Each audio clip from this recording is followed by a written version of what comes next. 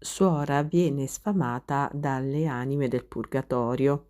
Salve a tutti carissimi.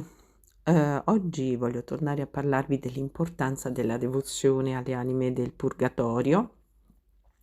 In particolare voglio tornare a parlarvi di Suor Anna Ponce de León, una suora peruviana che è vissuta nel 1600, la quale è entrata nel monastero domenicano di Santa Caterina e ebbe sempre una grande ammirazione per San Nicola da Tolentino, il quale era un santo che, lo ricordiamo, aveva avuto sempre una grande familiarità con le anime del purgatorio e fu colpita dalle grandi penitenze che questo santo faceva per suffragare le anime del purgatorio ed iniziò quindi, allora ispirata dalle gesta insomma di questo grande santo, a compiere l'opera dei suffragi delle anime del purgatorio. Quindi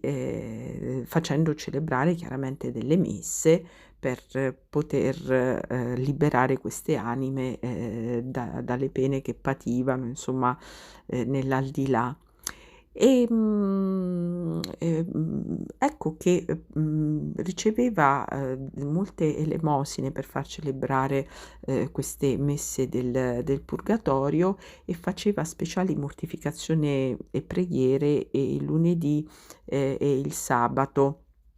ma anche il venerdì, alla vigilia delle feste della Madonna, dei santi a cui ella era particolarmente devota, e compiva anche dei digiuni a pane ed acqua. Diceva di fare così perché le pene del purgatorio che lei aveva visto erano veramente, veramente terribili. Si vociferava nel monastero che anche a questa suora apparissero molte anime dei defunti di tutte le condizioni sociali e che si raccomandavano alle sue preghiere. Ecco che soprattutto raccontava che soprattutto durante le feste come il Natale e la Pasqua, quando venivano nominate, fatta la chiamata per le anime del purgatorio, dal purgatorio uscivano tante anime che il purgatorio rimaneva spopolato in questi giorni particolari di festa e trovava sempre le risorse economiche necessarie a far celebrare queste messe, in quanto appunto erano la grazia divina permetteva sempre che potessero essere celebrate le messe per le anime del purgatorio attraverso delle elemosine che la suora, l'ordine a cui lei apparteneva, riceveva. Quindi, in particolare, ecco, c'è come si chiama, come si chiama, queste anime del purgatorio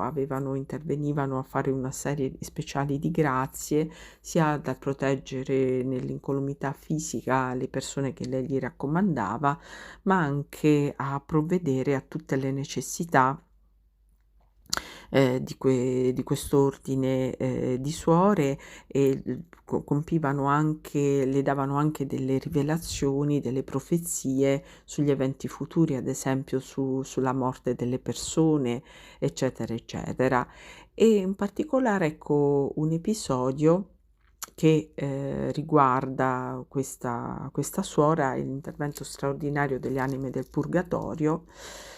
Un giorno praticamente questa suora aveva fame e non vi era nel convento nulla da mangiare. E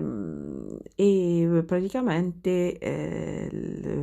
le apparve in questa circostanza proprio questa suora, Suor Anna degli Angeli, questa santa peruviana, che le disse di prendere il breviario e di iniziare a pregare insieme a lei le anime del purgatorio affinché inviassero alimenti. Prima di terminare l'ufficio dei defunti, qualcuno informò che Suor Anna era attesa in portineria e però immediatamente con la suora comprese subito di cosa si trattava e si rivolse alla consorella dicendo: non ti ho detto che le anime del purgatorio avrebbero mandato da mangiare? Va tu stessa alla portineria e ricevi quello che hanno portato. In portineria vi era un giovane che recava con sé pani, formaggi, farina e burro. Quindi l'invito è quello di far celebrare almeno una volta al mese una messa per le sante anime del purgatorio, in cui far fare la chiamata anche ai cari della vostra famiglia, delle vostre famiglie, di recitare la novena alle anime del purgatorio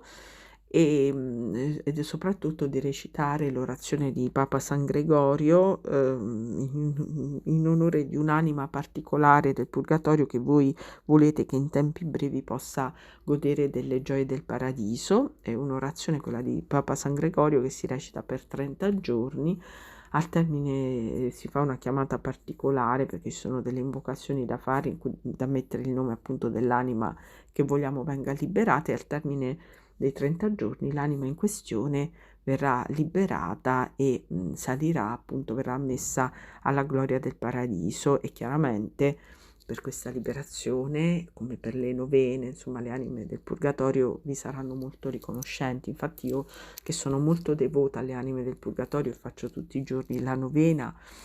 alle anime del purgatorio, dico queste orazioni di San Gregorio, e quando mi capita faccio anche celebrare delle messe in onore delle anime del purgatorio. Devo dire che mi hanno veramente concesso delle grazie davvero straordinarie. Soprattutto ricordiamo chi vuole fare questa devozione di recarsi a messa, anche di prendere la comunione, non solo vabbè la domenica, le feste comandate, ma anche il primo lunedì di ogni mese, che è proprio dedicato alle anime sante del purgatorio.